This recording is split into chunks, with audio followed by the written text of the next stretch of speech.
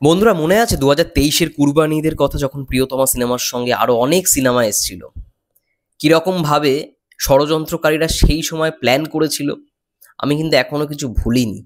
এবং ঠিক সেই জিনিসই আবারও কিন্তু হতে চলেছে। আবারও বরবাদের সঙ্গে হতে চলেছে। নমস্কার বন্ধুরা, আমি রূপম চলে এলাম আরও একটা নতুন ভিডিও নিয়ে। বন্ধুরা, এই ভিডিওর টপিক কি হতে চলেছে নিশ্চয়ই তোমরা বুঝে গেছো ইতিমধ্যে। আমি এর আগেও বলেছি, বরবাদকে নিয়ে কিন্তু ষড়যন্ত্র চলছে এবং শাকিব খানকে তারা কিভাবে নাবাবে সেটার প্ল্যান বারংবারের মতো এইবারেও করে আসছে। দেখো, প্রিয়তমার সময় মানে 2023-এর কুরবানি ঈদের সময়, মানে আমি সেই সময় প্রত্যেকটা সিনেমাকে নিয়েই চেষ্টা করেছিলাম ভিডিও বানানোর জন্য, কিন্তু প্রিয়তমাকে নিয়ে বেশি ভিডিও বানিয়েছি। তার সঙ্গে সঙ্গে আরও একটা সিনেমা এসেছিল যেটা আর কি সেকেন্ড পজিশনে ছিল, সেটাকে নিয়েও ভিডিও বানিয়েছিলাম। প্লাস সিনেমাটা আমি দেখতেও গেছিলাম অ্যাজ আ মুভি লাভার। আমি তখন তোমাদের জিজ্ঞেস করেছিলাম যে এই সিনেমা তোমরা রিভিউ চাও কি চাও না।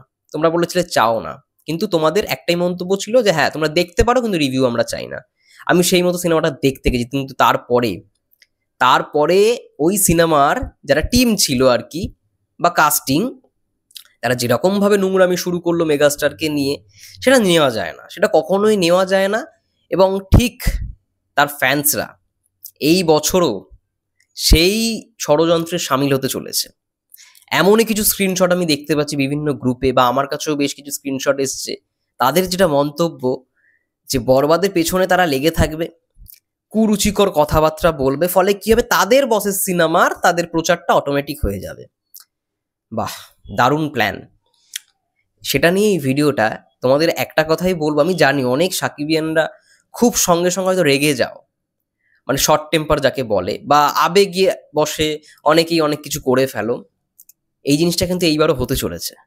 যেরকমটা 2023-এ তোমরা দেখেছিলে, তার জন্য এখন থেকেই প্রিপেয়ার থাকো যে পরবর্তীকালে যখন এই জিনিসটা হবে, একদমই অ্যাভয়েড করে যাওয়ার। আমিও চেষ্টা করছি অ্যাভয়েড করে যাওয়ার।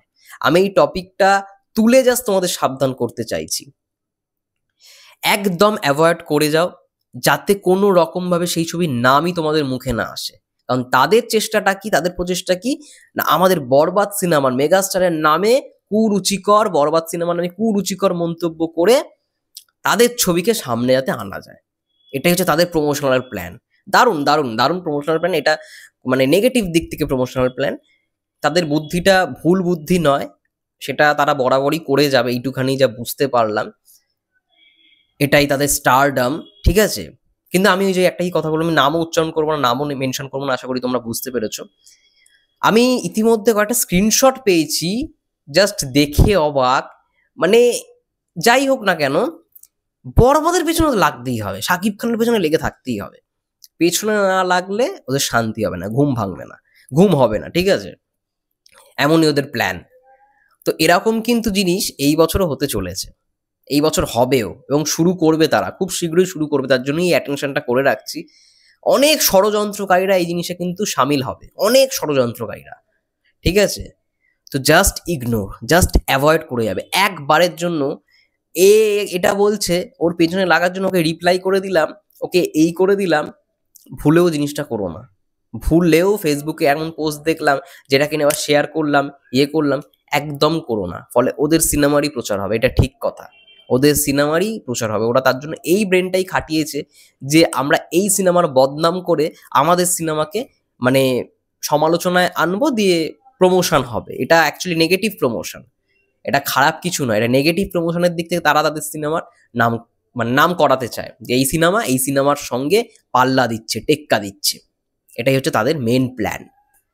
আই থিঙ্ক সমস্ত কিছু ক্লিয়ার। যারা ষড়যন্ত্রকারী তারা ঠিক ষড়যন্ত্র করবে, বরাবরই করবে, কিন্তু এই বছর কিন্তু সেই 2023-এর মতনই হতে চলেছে, ঠিক আছে।